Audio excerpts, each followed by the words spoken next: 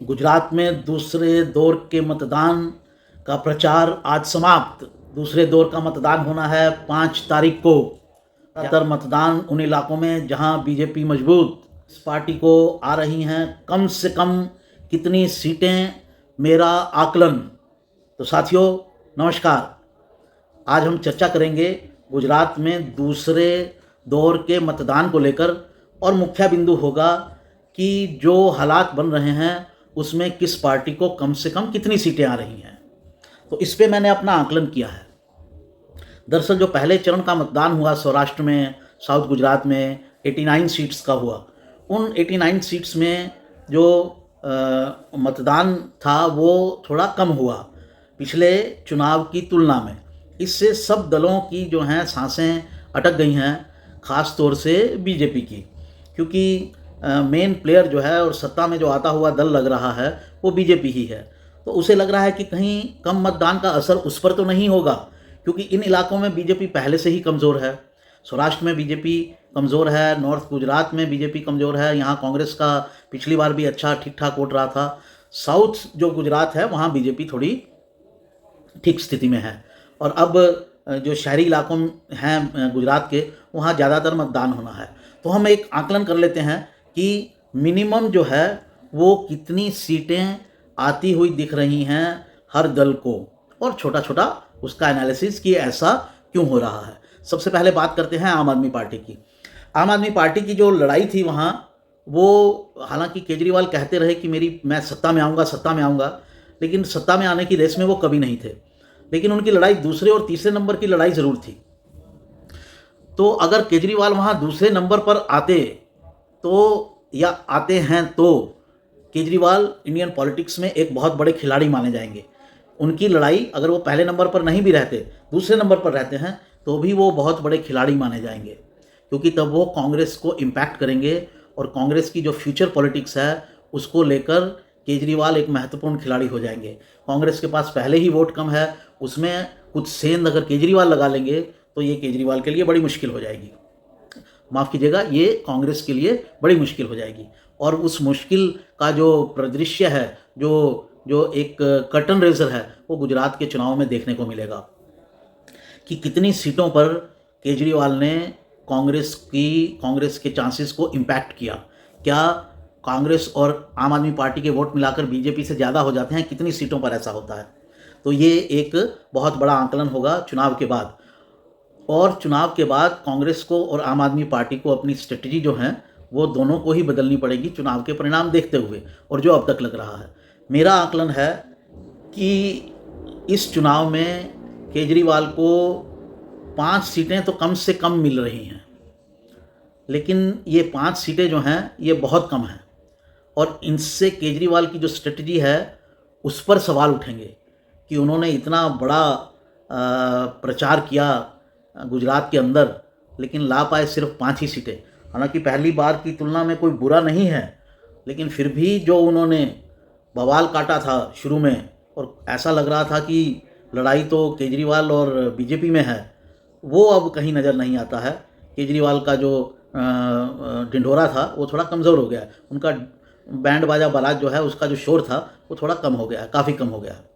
और उनको आते हुए लग रहे हैं लगभग 10% के करीब जो हैं वो उनको आते हुए लग रहे हैं वोट। इससे ज़्यादा उनकी क्षमता जो है वो दिख नहीं रही है। 10-12% ही वोट दिख रहे हैं, लेकिन 10-12% वोट ही काफ़ी हैं, क्योंकि 10-12% वोट ये मैं मानता हूँ ज़्यादातर कांग्रेस के वोट हैं।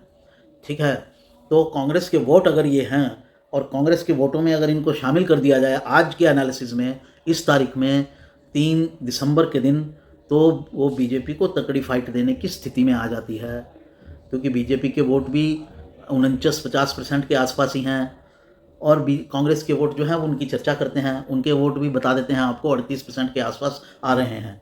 और जो अगर वोट ऐड कर दिए जाएं आम आदमी पार्टी वाले, तो कांग्रेस को, बीजेपी को अच्छी जो है वो फाइट देने की स्थिति में आ जाती है। तो कुल जमा केजरीवाल जी को कम से कम 5 सीटें, वोट परसेंटेज 10-12 के आसपास, और नुकसान किसको? कांग्रेस को। ज़्यादातर वोट किसका? कांग्रेस का। अब बात करते हैं कांग्रेस की। कांग्रेस को माना जा रहा है, एक तो कांग्रेस ने बहुत अच्छे से चुनाव लड़ा नहीं, लोकल लेवल पर लोकल लीडर ने बहुत जोर लगाया, इसमें कोई दो राय नहीं कांग्रेस के, और पीछे हट के चुनाव लड़ा। लेकिन जो मेन लीडरशिप थी, जो नेहरू गांधी परिवार था, वो नज़र नहीं आया। प्रतीकात्मक रूप से राहुल गांधी ने एक रैली की, 2 रैलियां की एक दिन में, और फिर अपनी भारत जोड़ो यात्रा में चले गए। तो कांग्रेस को कम से कम कितनी सीटें आ रही हैं? कांग्रेस को कम से कम जो हैं वो 25 सीटें आती हुई दिख रही हैं। कांग्रेस को कम से कम 25 सीटें, इतनी तो आएंगी ही। और वोट परसेंटेज कितना है? 36 से 38% के आसपास ये उनका जो है वो वोट परसेंटेज होने वाला है।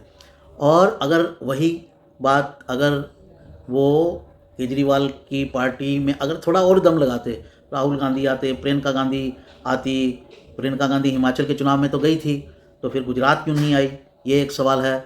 सोनिया गांधी कुछ रैली कर सकती थी, अगर वो 3-4 रैली ही कर देती, एक दिन में एक रैली ही कर देती, एक दिन में एक रैली मतलब 4-5 दिन के गैप के बाद एक रैली कर देती, तो भी माहौल बनाने में थोड़ी मदद मिलती। और राहुल गांधी को तो पूरा का पूरा जोर लगाना चाहिए था, और वो आए एक दिन 2 रैलियां, बस। उनका ज़्यादा ध्यान जो है वो भारत जोड़ो में है, और उनकी जो ये सोच है कि भारत जोड़ो के माध्यम से वो 2024 के चुनाव में अपने आप को प्रधानमंत्री का कैंडिडेट बना लेंगे, ये एक भूल है। गुजरात, हिमाचल के चुनावों के परिणाम आते ही मैनपुरी और रामपुर, यूपी के जो उपचुनाव हो रहे हैं, उसी तरह से, तो वहाँ जब कांग्रेस नज़र नहीं आएगी तो भारत जोड़ो यात्रा को कोई पूछने वाला नहीं है, एक बेकार की एक्सरसाइज लगेगी। मेरा ये बहुत स्ट्रांगली मानना है, चाहे कांग्रेस की रणनीति इसमें कुछ भी हो। तो कांग्रेस की वोट परसेंटेज 36% के आसपास, सीटें कम से कम 25, ज़्यादा भी हो सकती हैं। अब बात करते हैं बीजेपी की। तो बीजेपी को जो वोट परसेंटेज आ रहा है वो है 48% के आसपास, 48%। और सीटें कम से कम कितनी आ रही हैं? कम से कम बीजेपी को 130 सीटें आ रही हैं। और ये बीजेपी का जो 2002 का रिकॉर्ड है 127 सीटों का, जो मोदी ने जीती थी, और 2002 के दंगों के बाद, और जब समाज में बिल्कुल विघटन हो गया था, उसके बाद बीजेपी को 127 सीटें आई थी। और अब 27 साल के राज के बाद 127 को भी पार्टी क्रॉस करती हुई लग रही है। तो बीजेपी इस बार लगता है रिकॉर्ड बनाने जा रही है। और वोट परसेंटेज जैसा मैंने आपको बताया 48% के आसपास, तो ये मिनिमम सीटें हैं।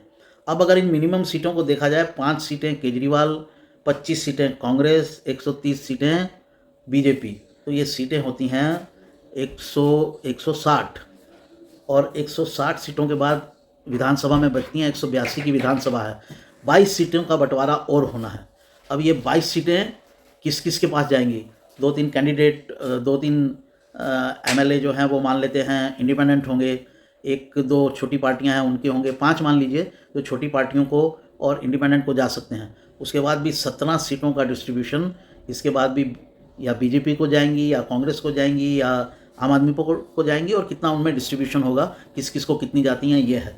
तो मिनिमम सीटें इतनी हैं, सरकार बीजेपी की बन रही है, ऐसा मेरा आकलन है।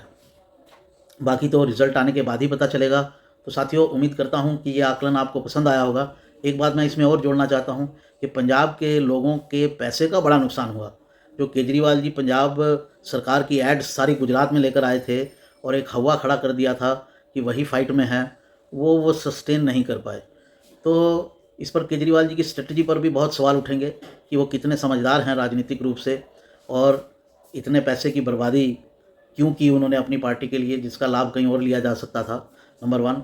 और नंबर 2, जिस कंपेन को आप सस्टेन ही नहीं कर सकते, वो कंपेन आपने चलाया क्यों? तो केजरीवाल जी के लिए अभी सोच समझने के दिन हैं। अभी राजनीति में वो थोड़े कम उम्र हैं, राजनीतिक उम्र उनकी काफ़ी कम है, उनको भी धीरे धीरे ही समझ आएगी। लेकिन इम्प्लीकेशन ज़रूर होंगे केजरीवाल के गुजरात में उतरने के, और वो इम्प्लीकेशन मैं मानता हूँ कांग्रेस के लिए ज़्यादा होंगे। तो साथियों, ये था मेरा आज का विश्लेषण गुजरात चुनाव को लेकर। उम्मीद करता हूँ कि आपको पसंद आएगा। आप इसे शेयर करेंगे, लाइक करेंगे, और मेरे चैनल को सब्सक्राइब करेंगे। सब्सक्राइब की जो नोटिफिकेशन बेल होती है वो दबाएंगे, ताकि सूचनाएं आप तक पहुँचे। साथियों, फिर हाजिर होता हूँ एक नए अपनी विवेचना के साथ। नमस्कार।